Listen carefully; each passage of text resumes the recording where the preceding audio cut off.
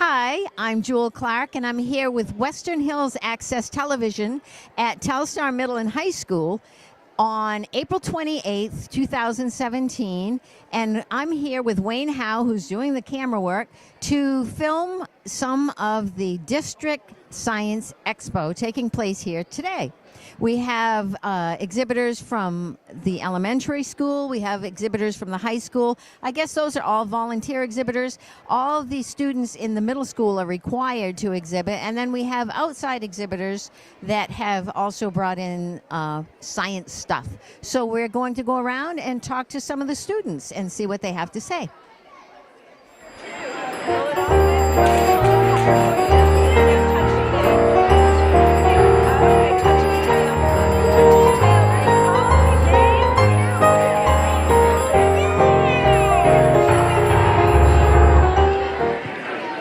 Hi, would you mind talking with us a little bit? Not at all. And what's your name? My name's Chad Haskell, and I'm with the iRobot Corporation in Bedford, Mass. Bedford, okay. Yes. So what brought you here? So one of the administrators called and asked if we could come up and help with the science fair. So we had a few robots laying around, so we decided to bring them up. That's Roomba, and that's Brava. And then on the ground over here is the First Look. It's our military robot. I don't see him. That's in front of the table. Let me bring it back here. Oh, okay, there it is. So you can see it's got a camera here. Oh, all right. So you can see the cameraman's on camera. The cameraman's on camera. So is it? This is a vacuum cleaning robot. Oh, I was going to say I've seen something. I was going to ask if that was related to those. Yeah. So this is called Roomba. So it's got special cliff sensors on it, so it won't go off the edge. Mm-hmm. So it sends a beam of light down. The beam of light comes back, and once it reads that, it knows it's safe. But if it goes over the edge, it'll realize it's over the edge and back up. And so these are semi-autonomous, and this is a mopping robot. And so it's got cliff sensors as well, and you can put different pads on it. And what's nice about that,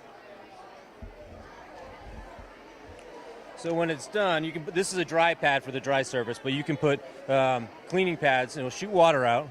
And if you have it in your bathroom or wherever, when you're done, you just hold over your trash, and voila, it's empty. Can you come over to my house? Sure, yeah. I can loan these out. So, are these your primary products? They are, yeah. So we've recently entered in just to the consumer robotics. So before we had defense and security business where we would sell these to the military and police. We also have bomb robots that would go out in Afghanistan and Iraq. And do you still do that aspect as well? No, we sold that business off last year, and so we bring these out just to show what we've done in the past, and kind of a little bit about the history of iRobot. But mostly, we're in the home robot business now. Well, it's great that you came here. Are the kids seeming interested? They are. It's tough to compete against the wild animals next door, but okay, we got to go to the wild animals. Yeah, you should pay them a visit. Thanks Thank for you. having me.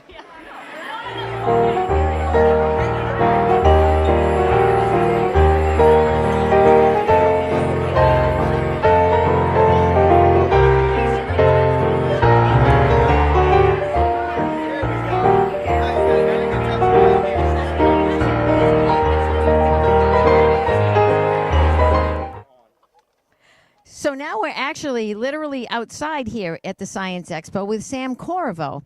Hi, Sam. Hi. And Sam has, it looks like here, a bicycle-operated wood splitter. Mm-hmm. So can you tell us what made you think of that? I figured if we could find a way to split wood without using gas or electricity, and I thought of using a bike instead.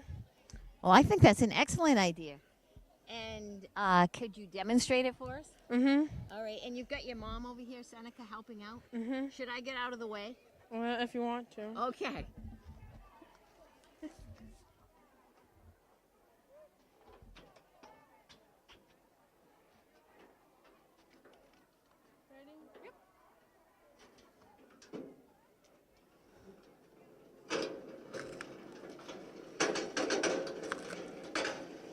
Oh my goodness!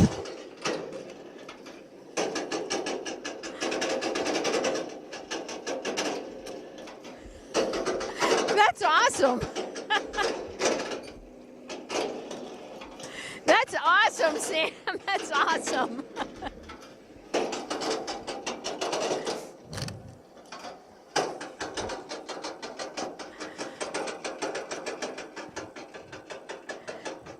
Oh my goodness, thank you so much. I think that's awesome.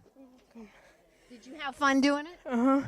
And it's a great workout too, right? Mm-hmm. You're sweating. Yep. Thank you so much. And thank you, Seneca.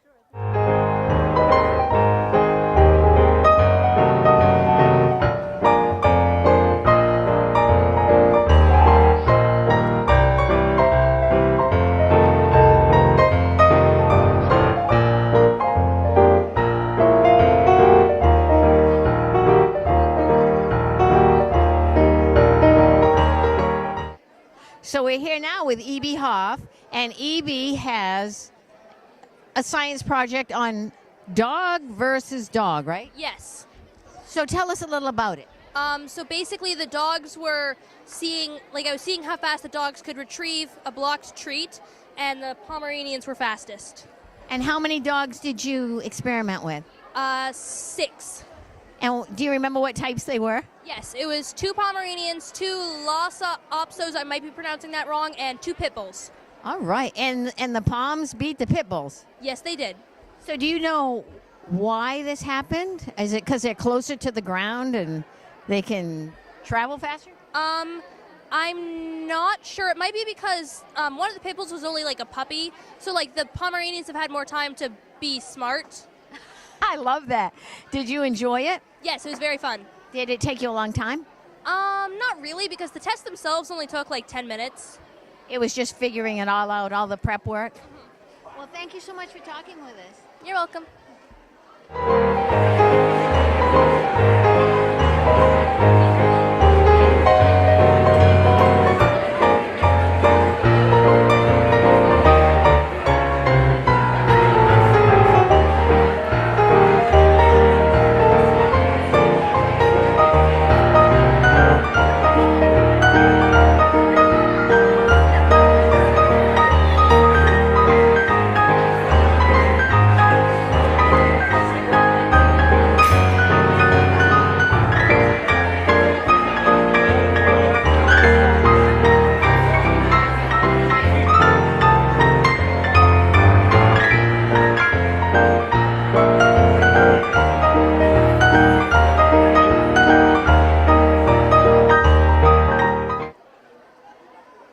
Leah, right? Yeah. Kimball, right?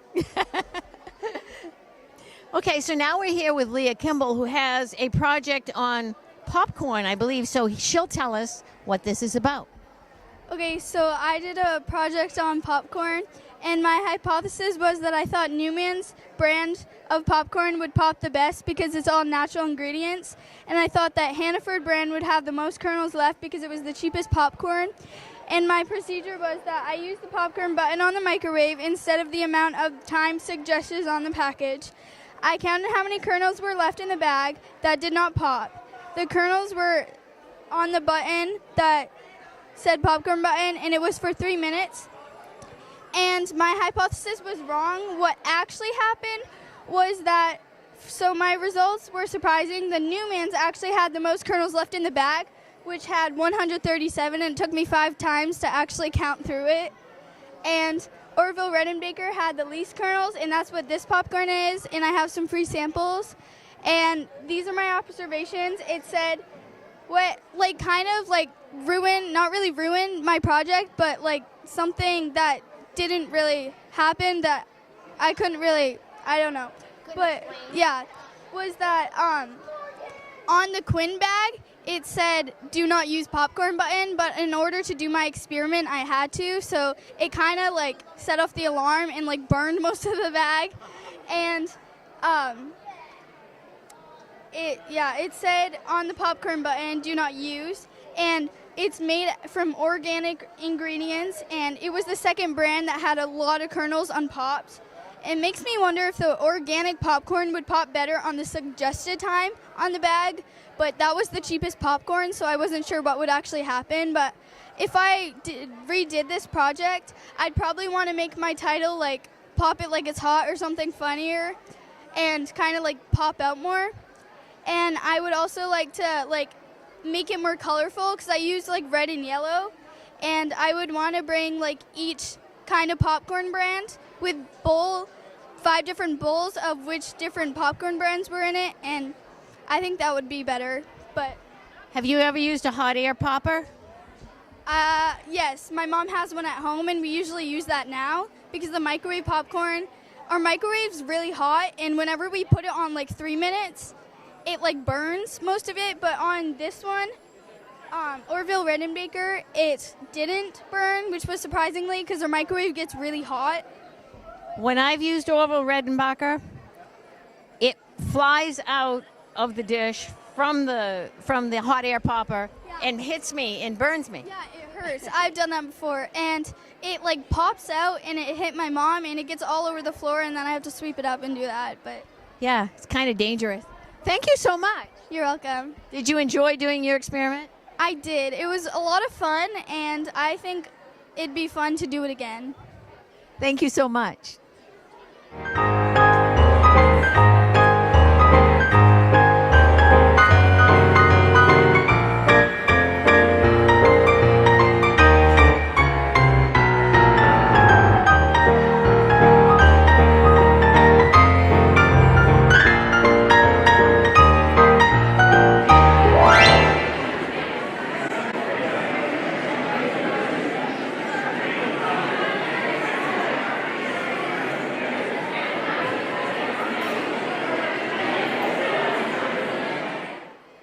So now we're here with Colby Singh, and he's going to tell us a little bit about his project, which is the MRE Bomb. Hi, Colby.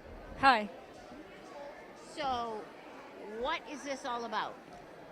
The MRE packet stands for Meal Ready to Eat. There's a ration heater pack in the meal bag itself, and they're supposed to heat it up, but if you put it in a contained environment with a little bit of water, it will eventually have a reaction. Oh, so that's really unsafe. How did you find out about this? My father is in the military, and so isn't his friend, and my grandfather knows a lot about the military, and they got together one day, and they were like, you want to see a MRE bomb? And I was like, sure. And Wow. So, is that what's here? yes, this is the shrapnel from the cold water, hot water, and room temperature water. And how does this happen? Um, So there's a bottle of water in their food packet. well, no, the bottle of water comes separately. You're supposed to have water, and then you put about 1 inch into the bottle, and then you pour in the ration heater packet. Oh, the heater packet that comes with their food. Yes. Okay. But if you don't put it in a contained environment, you can heat up your food with it. Oh, okay. Make it eatable. But the reaction itself happens when the water dissolves salt into the salt water, and the salt water, it will become an electrolyte, and from there it turns it into a particle of magnesium, which when the iron and magnesium are in contact, it becomes thousands of little short-circuited batteries that go out very quickly. Oh, wow. Did you enjoy working on this? Yes. Do you plan to go in the military? Yes. Well, thank you so much for taking the time to talk with us. Thank you.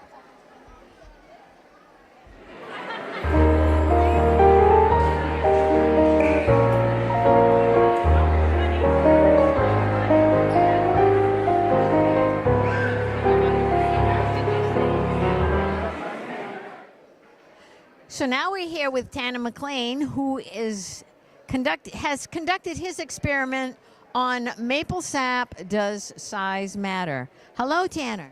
Hi. Can you tell us about what you've done here?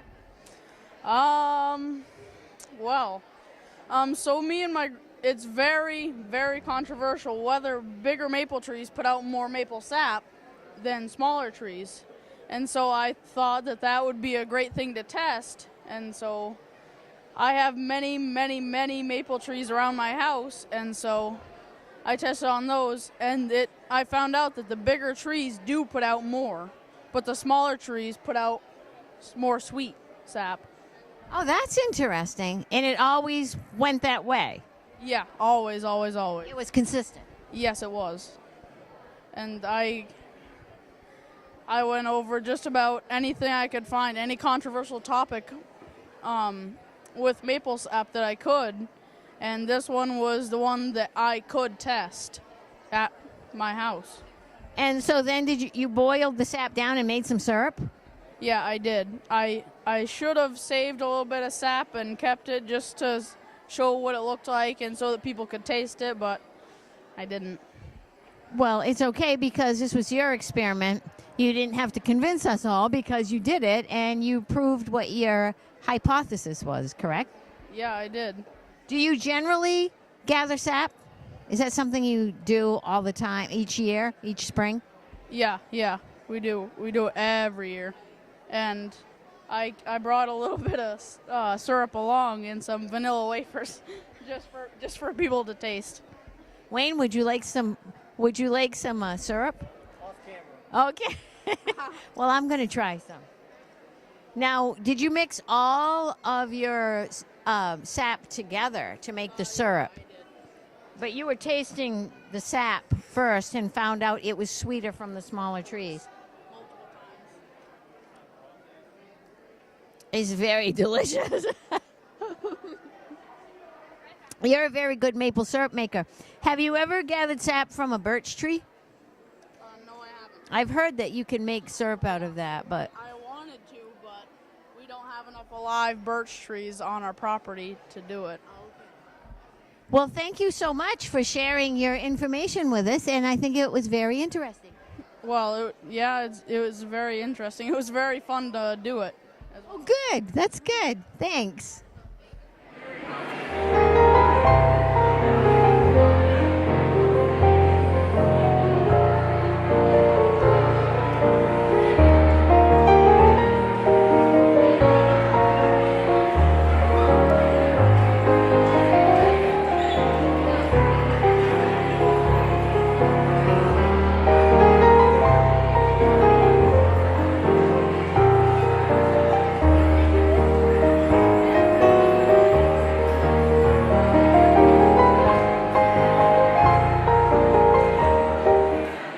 So now we're here with Ava Mastriani, who's going to tell us about her science experiment. Hi, Ava. Hi. Okay, so for my science fair project, I decided to do the effect of caffeine on the heart. And since I couldn't test it on actual humans, I decided to test it on to these things that are called brine shrimp. And it's... Wait, what are they called? Brine shrimp? Yes, brine shrimp. And Are they real shrimp? they... Well, not edible. You want to hold this so I don't... Yeah. Okay, so... It's got to be close, though. Okay, so the reason I chose brine shrimp to test on is because their heart rate is easier visually to tell how fast it's moving. You can see it really well. Yeah. Okay, so for what I did was I took an ounce of this whole mixture right here and of brine shrimp. That's what they looked like when I got them. And then I put them in a petri dish. And then I added this caffeine. I added a certain amount of teaspoons to the petri dish so that the brine shrimp could like swim around in the caffeine and get used to it, so that it could get in their system. And then what I did was I measured how fast their heartbeat increased. And so here's a video that I set up. So this is the brine shrimp under a microscope without caffeine, and this is my control. And each time their leg moves is one heartbeat. So it's going at a pretty steady pace. And then we get to the added caffeine. This is 2 teaspoons of caffeine, and you can tell their heartbeat is moving a little bit faster. And that's a close-up. Yes. Yeah. Yeah, they're going a little crazy. Very interesting. Thank you. And so what I came up with was that in brine shrimp and humans as well, caffeine does raise your heart rate, and which is the reason for why when people drink coffee, they tend to feel more awake because of how fast their heartbeat is going. And that's also why people drink energy drinks before like big track meets or like any sport that they do, so that their adrenaline goes up and they're ready to compete. It didn't hurt the shrimp, right? Not I mean, well, they eventually die off in 2 days if you don't like. If you don't like feed them or anything. So when we got them, we knew that they were going to die within 2 days anyway. So they did. No. Well, thank you so much. Thank you. So now we're here with Dylan Duclos, who also has a heart experiment, but done in a different manner. So I wanted to see if brushing a horse would affect its heartbeat. And so what I thought was that it would slow down when you brushed it. But so what I did is I brushed the horse. I took the heartbeat and then I brushed him. And then I took it again to see if it changed. And what I found was that it didn't change, but that for that day. And so you have to factor in all the variables about it, but it was cold out and stuff. But I did 2 different horses. I did a male and a female. And they were both the same age because they would stand still long enough. And so we started off with just trying to use a stethoscope and find their heart, but we couldn't find it. So we ended up doing their pulse like you would on a person's wrist. And so when they'd move, it was harder to find it because then you'd lose it. And so I found that it didn't change. And so. So it didn't change? Didn't calm them down or race them up? Oh, okay. Well, what prompted you to think of this? Do you have horses? Yeah. Well, thank you so much. You're welcome.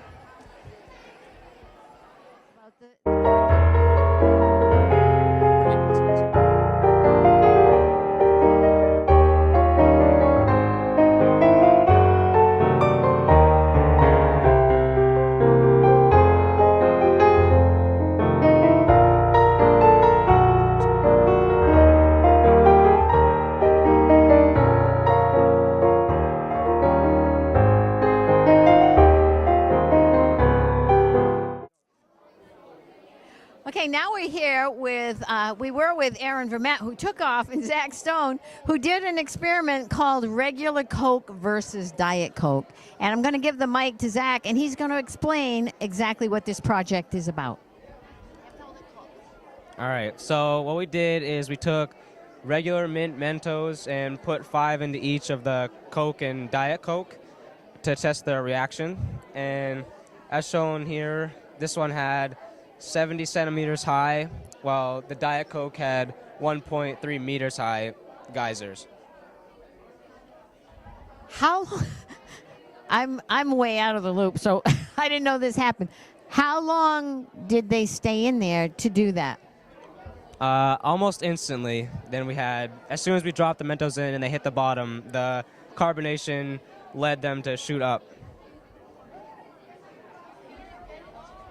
And the diet went higher. So what does that tell us about drinking it? Yeah, it's like the more carbonation in the Diet Coke and the difference between the artificial sweetener and the non-artificial sweetener. So that makes that kind of artificial sweetener look really bad inside of us. Yeah. Is that what you'd conclude? Yeah.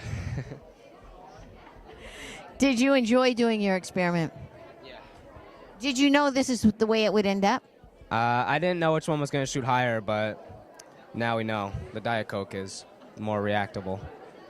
Well, are you going to contact the Coke company and ask them if you can do some commercials or something?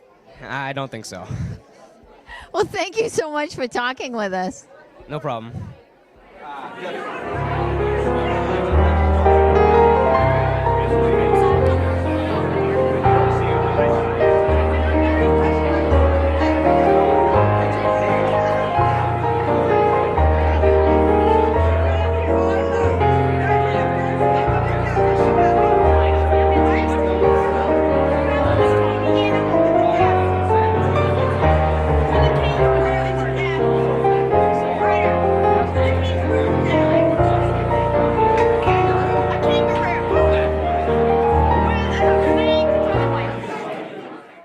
So now we're here with Paige Detterer and Sue-Ann Tuttle, and they're going to tell us about their project on the healing benefits of, or how magnets can help heal.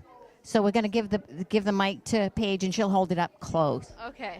So we did our project on how magnets help heal people. So we did it on something called magnetic therapy. So we got a magnetic therapy bracelet, and we put people's hands, like their left hand first, into the ice water to see how long they could keep it in until they feel discomfort. And then their right hand had the bracelet on. So we saw that most people kept their hand in longer than their other hand. Jeez.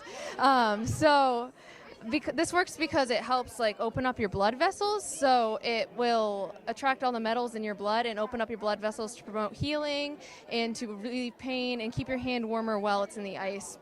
But the real trick was that it wasn't even a magnetic bracelet or anything, because we did it on the placebo effect and it wasn't even true. So the bracelet was just a cheap $7 bracelet I bought online, and they all believed that it worked, so their brain released pain relievers anyway. And so we found that the placebo effect worked on middle schoolers and high schoolers, 74% of them. So it was really cool. So really, your project is on the placebo effect. That's an amazing little illusion. That was very good. Thank you. So yeah, that was a really, I saw it online one day because I'd heard of a lot of things that were placebo effect. So I wanted to really test how powerful it was. So yeah, it was really cool. Well, thank you so much.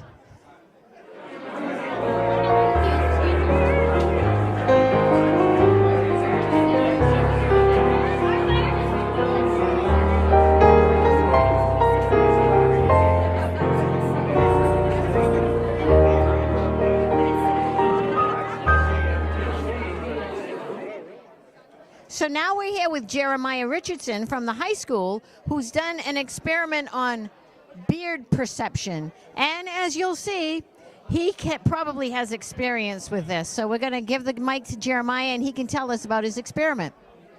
So basically, having a beard, I wanted to know how having a beard would affect my perception of certain character traits among bearded males. So I looked into this topic, and there were a whole bunch of different studies. There's about 5 scientific published studies about beard perception. So I based them on these 2, a study done by Robert Pellegrelli and Dixon and Brooks. So basically, I came up with 5 traits that I wanted to test the perception of on my own. And those traits were trustworthiness, masculinity, attractiveness, age, and fiscal responsibility. So what I did was I found images online of different males, both clean-shaven and bearded. And this is a sample of my survey, printed out, of course. And I sent it to all THS staff and students, as well as the Telstar Middle School staff. And I wanted to collect their opinions on different bearded versus clean-shaven males on their character traits. So basically, when it came down to it, almost overwhelmingly, men with beards came out as more attractive, more masculine. They appeared to be older, even though they're the same age in the photo, and more trustworthy. But on the other hand, 2/3 of my respondents deemed clean-shaven to be more fiscally responsible, which might explain why we see it a lot more in business settings and banking. And going into finance next year myself, I don't know whether or not I should keep it or shave it, So, yeah. So financially, yeah. the people without the beards they found them more More fiscally responsible, yeah.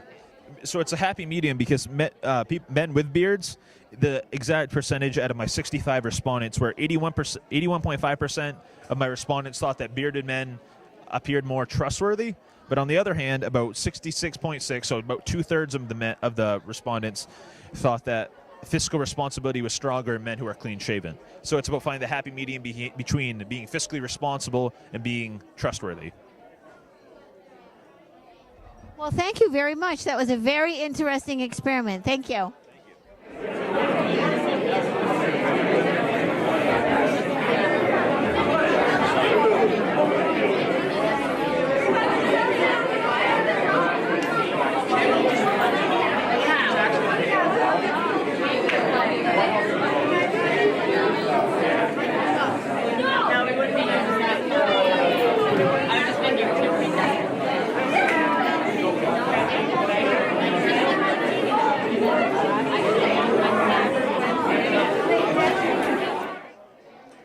So now we're here with the Lego exhibition, I guess you would call it. And I'm going to give the mic to May Hoff, who can tell us a little bit about what's happening here with the Legos. I believe there's a Lego program in the schools that's in the elementary school and does go in through the middle school. But I think what's here today is actually done by elementary school students. Is that correct? Yeah. So I'm going to give the mic to May. Now hold it up really close, okay? Okay, so that's David, and he is making the Great Ball Machine 2.0. They made one last year, and he's trying to copy it, but it hasn't worked out so well. And this is my friend Lindsay's robot. She used an NXT brick. This is the Lego camera that was made last year. Does that actually work as a camera? No, but you can kind of see through it. Oh, okay. Yeah. And then currently they're just trying to build a robot. And this is my robot. And That's your robot? yeah. You made that? Yep. And it goes up this inclined plane. It was supposed to go up a wooden one, but we forgot to bring that, so I had to make one. So do you want me to... You improvised. Yeah. Do you want me to show you how it works? I would love for you to show us how Okay. it works.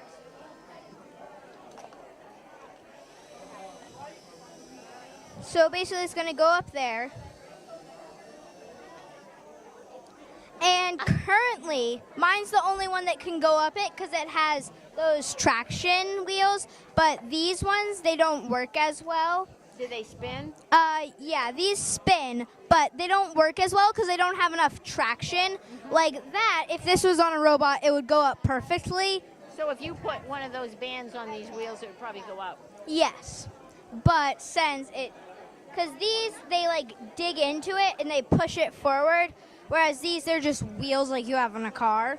Now, did that stop on its own because it got near a wall? No, I built, you go on, you connect it to your computer and you build a program, and I programmed it to go like 10, to make this rotate 10 times. Okay. So then this rotates 10 times, and then when it's done, it stops. Ah.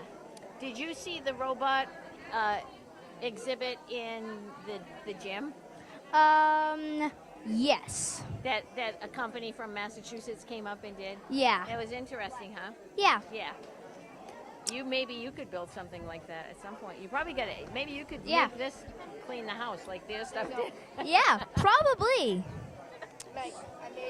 Well, thank you so much. You're welcome. I'm glad you brought this here today. Thanks. You're welcome.